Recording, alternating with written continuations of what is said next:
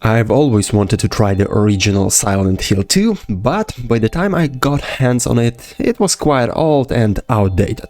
I like the idea of the game, but I was just like, it's old, graphics not good enough, or something else. So now it's not the issue. Thus, I've purchased Silent Hill 2 Remake without even checking the Steam page. So this was actually the first time I've played Silent Hill at all, and let me share with you my honest opinion about it. Make sure to watch this video till the end, so you'll get lots of useful information about this game, and in the end, I have an important announcement that you will definitely like, so it's a win-win. Accidentally, I've heard that this remake is very close to the original version and some dialogues and even expressions are the same. I don't know if that's true, but I can say from my fresh experience that this game is of a very high quality. Sure, it has some flaws, but we'll get to this later. The story and overall atmosphere of this game is thrilling. I won't be spoiling anything just to not disappoint the newcomers to Silent Hill. I'm actually not a fan of horrors, but I can't say that here we have to deal with one. In my head, horrors, it's something with lots of blood, dark, some creatures attacking you when there's no option to fight back, screamers, and so on. Something like the Amnesia franchise. Basically, all of that simply scares the shit out of you, simple emotion. But here we have something different. Starting with the story, we know what is happening here. After receiving a new letter from long-dead wife, an invitation to visit Silent Hill, we came to investigate this mystery. This place is for people who still have something bothering them deeply inside, so this journey is not a simple investigation but a story that we have to deal with from within. Naturally, you're not the only person with such feelings, so you'll meet some others there. As you arrive in the city, the first question is where to find Mary. Of course, we start with simple exploring, so just go ahead and see where the road takes you. Much I have to fuck around to find out what I need to find out. See, as you can see, the more you fuck around, the more you're gonna find out. However, keep in mind that it's Silent Hill we're talking about, so roads here are quite bumpy. Most doors will be closed, so you'll have to search for the way. From time to time, you will be finding notes with useful info that will give you hints on what to do next. More about this later. If at some point you're not sure what to do, just check the map and see the place you haven't been to. All of this is just to find Mary. But as it is in real life, often to complete any task you have to break it into smaller parts. Thus, you will have lots of mysteries to solve and objects to find. Speaking about solving mysteries, the similarity with the Resident Evil series is obvious. This means that in Silent Hill 2 you will also have tons of puzzles to solve, multiple locked doors and keys to find, secret boxes, regular loot, additional and quest items. A very nice feature in this game is that you can select the difficulty of puzzles, not only fighting. But don't expect that answers will be just lying in front of you. Often to find a key or specific item, you'll have to know what to look for exactly. That's why I recommend reading notes that you come across. Moreover, it will probably be guarded by something. The city of Silent Hill is not just a place with monsters. This game is much more deep than regular horror where something happened and creatures appeared. No, the idea here is totally different. As we understand from what James says, he's been here before with Mary, but it was just a normal town back then, so such dramatic change to this place couldn't just happen in a short time. This is still the same city as it was, but now it just showed some people the true side of themselves. Hence, each creature is a representation of the inner issue of the people. For example, the most iconic Pyramid Head is the desire of the main character to be punished for his deeds. That's why in some episodes, it's not just attacking you or killing you right away, it's here to give a lesson.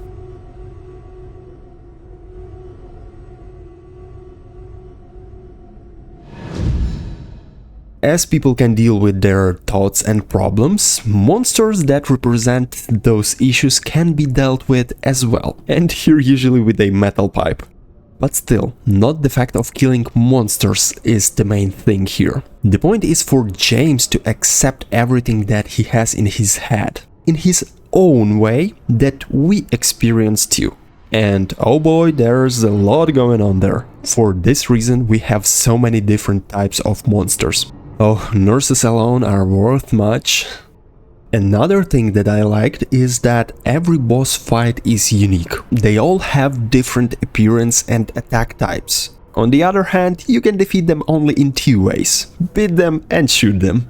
But personal worst that annoy me the most, in a good way, are ones that I call them pants. Yup, just pants, cause they look like two pairs of pants tied together. But gosh, they're annoying. They are the only ones that are constantly hiding and can blend with surroundings. Some of them can even crawl on the high walls and just jump on you from anywhere. And the biggest problem with them is that our radio often doesn't create noise when they are nearby, only when they become active.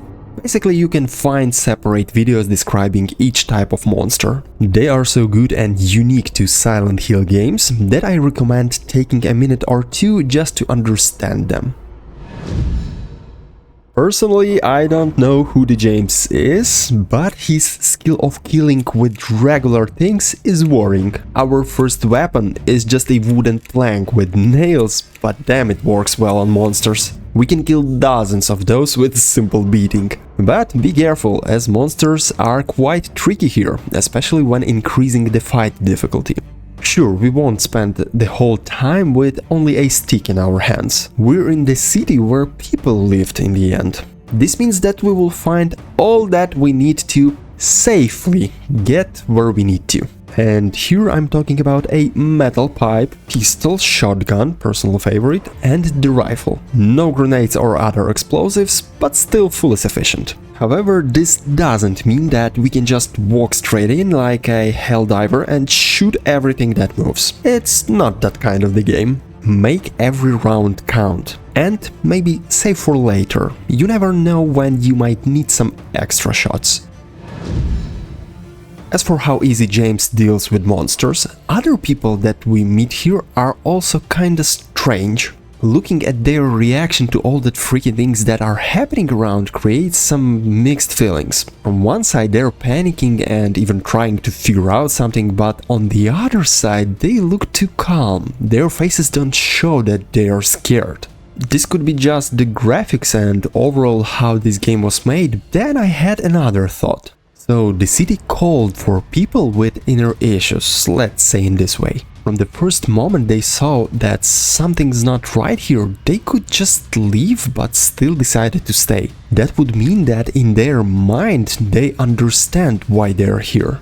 The game here includes quite sensitive topics about mental conditions, and that could be the reason for such characters' expressions and behavior. Okay, after brainstorming, let me tell you about a funny thing that I find hilarious here. Armed to the teeth. Let's say you found the place with an item that you have to find. Now you have to retrieve it. Often those items are placed in strange places. And I laughed hardly when I first saw this. Maybe it's only me so spoiled, but...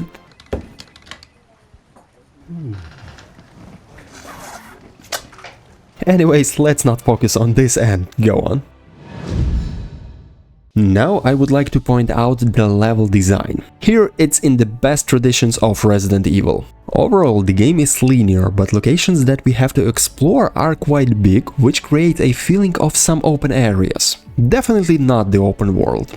Sure, to become such we will have to open all locked doors first. Once we explore the map, we will be able to go around freely, even between locations. Sometimes there will be no way back, but sooner or later we will have a chance to check the same place again. As for the appearance and details level, it's simply awesome. Every location looks like people are still living here. The atmosphere at the same time is horrific and interesting. While checking new places, you're scared that something may jump out on you, but still going further and wondering what you may discover there. Some locations are quite confusing, and the way out is not always obvious, but here developers help us a lot by highlighting the proper path. white rocks on the floor or windows that can be broken, lamps above doors that we have to open, and other indicators that we intuitively accept as a sign. However, the game also rewards you for going the alternative way, usually with extra ammo, health drinks and collectibles. That's why it's worth checking the whole map. Of course, such level of game has a lot of interesting features. Let me tell you about some of the most important ones. Personally, for me, the best decision and main difference from the Resident Evil games that I like 100% is that key objects disappear from our inventory once used, so you don't have to think if it may be useful later or maybe you missed something or else like. Sure, such items don't take the place in the inventory. Speaking directly, you don't even have an inventory, so feel free to grab everything that lies under the hand. Along with disappearing items, you will also see updates on the map. James will be marking every interesting place or object to check, all locked doors, codes, places with keys or blocked passages. This becomes really useful when going around these dark, creepy places. By doing this, you will also know where to expect monsters. New locations most probably will have those. This leads us to another cool feature. Aim good at monsters. They react differently depending which part you shoot them. Nurses are quite strong but can be taken down by 3-4 headshots, while it may take 10 to 14 shots into the body. Also, if you shoot the leg or arm, they react properly by falling or simply disrupting their attack. Shoot some monsters into the stomach and they won't even notice, but others may bend, like they felt it and it hurts, so they'll need a minute to restore. And the most interesting thing is their behavior. If you shoot them many times, but not in painful places, they may run away and hide just to attack you a bit later, or do this even before the fight. Moreover, at some point they won't be attacking you at all. Still, remember the rule of double tap. Always check if they are dead for sure. Another important feature is that in different story points, you may have different abilities to fight back. Until you find a proper weapon, it can be very hard to defeat someone. At some locations you won't have anything at all. And at some points you won't be able to kill the monster, so you'll just have to run. Thus, the violence is not always the answer. As there is no perfect system in this world, this game also has some flaws. However, mostly they're insignificant. I can say that this game is a good completed product and I feel that developers take care of it. The only small bugs that I've encountered is that some items couldn't be taken right away, so I had to find the proper angle from which to approach for the button to be activated, and some visual issues with hair flickering or going dark. But I must admit that I'm not sure whether issues with the hair is a bug or just my setup. However, there was a critical bug at the labyrinth. There was a full topic on Steam about the bug from developers and it took them several days to fix it. Shortly, it was a blocker issue that wasn't allowing proceeding to the next zone in the game. This was the first time at all I experienced that significant bug, as I couldn't play the game further and just had to wait. Nevertheless, this didn't ruin my gameplay. Overall condition of the game is fully fine now. For each player, the experience from this game can be different, all because it has 8 different endings. Depending on personal choices made at certain points, everyone can get a result that fits more for them. It's very good when the game makes you rethink the usual values. What if it's not necessary to kill everyone? What will happen if we do the other way? If we don't take something? Think about it. Nowadays, it's hard to find a good project to play, but if you're watching this video, be sure that you found one. This is a well-made, ready and polished game. Huge areas to explore, other worlds, variety of monsters and overall atmosphere keeps the intense feeling inside you throughout the whole gameplay. There is no point at which you feel like, I'll just kill everyone and nothing scares or interests me anymore, and there is no feeling that you just want to drop the game. It's interesting till the end, every end. after you finish the game for the first time, you'll get an option of the New Game Plus with additional items and settings, of course. All of this combined makes me say that Silent Hill 2 Remake of 2024 is totally worth the money. The amount of content, quality and playtime that you get for the adequate price is one of the biggest advantages of this game. If at some time there will be a sale for this game, feel free to buy and try it. As for the announcement that I mentioned at the beginning, as my channel approaches to the first 1,000 of subscribers, I want to celebrate this with all of you.